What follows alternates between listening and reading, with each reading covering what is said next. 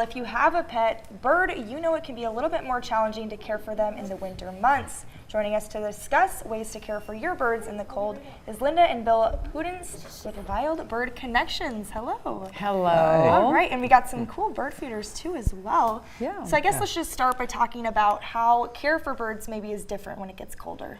Yeah, so your backyard birds, they need food, water, and shelter. And so the biggest thing we're probably thinking about right now is like shelter when it starts getting cold.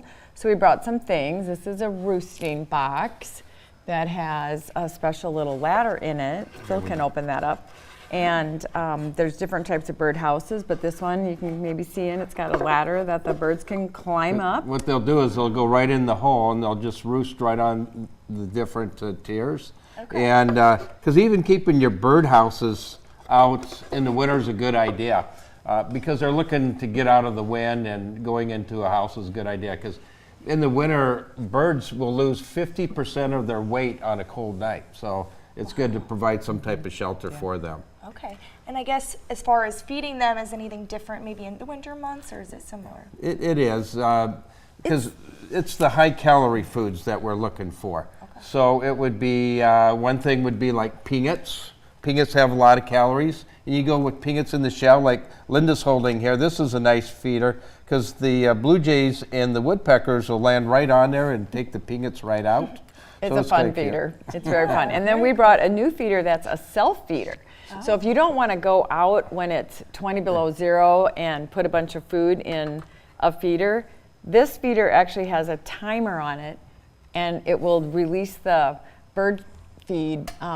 You set the time to the time you want the food to come Yeah. out. It'll come out, and you can do up to 4 different times a day. So then, say you get some pesky sparrows. There's 100 of them on there, and you don't want to feed just sparrows. Well, it'll only release so much. Sparrows will leave, and hopefully some nice birds will come then. Oh, interesting. yeah. So I guess, I grew up with bird feeders, and my mom and dad really loved watching the birds having their coffee. I guess, how do bird feeders make such a difference in attracting birds to your backyard, to your area? They will come where there is food. Like we say at Wild Bird Connection, if you don't feed them, you won't see them. So, if you're not feeding them, yes, they're going to go somewhere else and get food, maybe where you can't see them. So that's why people like to have bird feeders. So just like your parents, they can see them. And another thing besides the food is water. And so in the wintertime, we have heated bird baths so that the birds will have water that they can get to as well. And many of our customers, once they've added a heated bird bath to their feeding stations, they really notice a difference.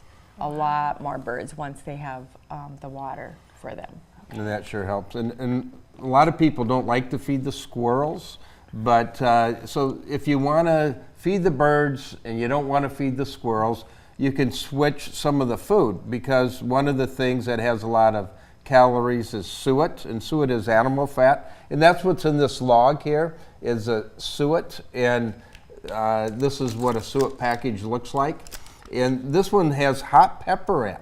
So squirrels are like us, they can taste the hot pepper and they don't like it, makes them thirsty, but birds don't, so it doesn't bother birds at But all. we love the squirrels Yeah. too at Wild Bird Connection. So we have many squirrel feeders, and our customers do different things. Like maybe they'll use this hot suet on a particular one they don't want the squirrels at, but then on a different feeder, they'll have corn for the squirrels.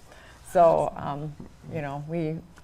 And then another thing too, one of the big problems right now, people are complaining there's so many sparrows, lots of sparrows, and there's 100 sparrows on your feeder and then other birds can't get to it. So this is something that the University of Nebraska came up with years ago, and it's called a halo.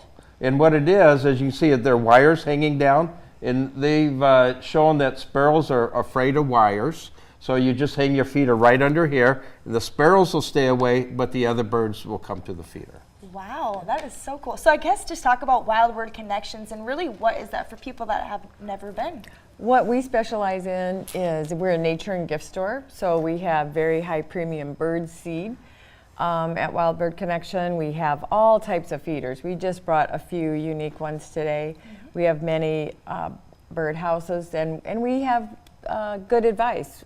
Phil and I both go to seminars with naturalists that have written books about birds and feeding birds, and so we can give you good advice for what to put out if you're trying to attract cardinals, if you're trying to attract blue jays, what to do if you're having too many sparrows. We can help you become better at your hobby, you know, feeding the birds is a hobby. So we try to help people enjoy it and have fun with their hobby. Yeah. Well, thank you so much for being here this morning. I appreciate it. Well, thank you. Thanks.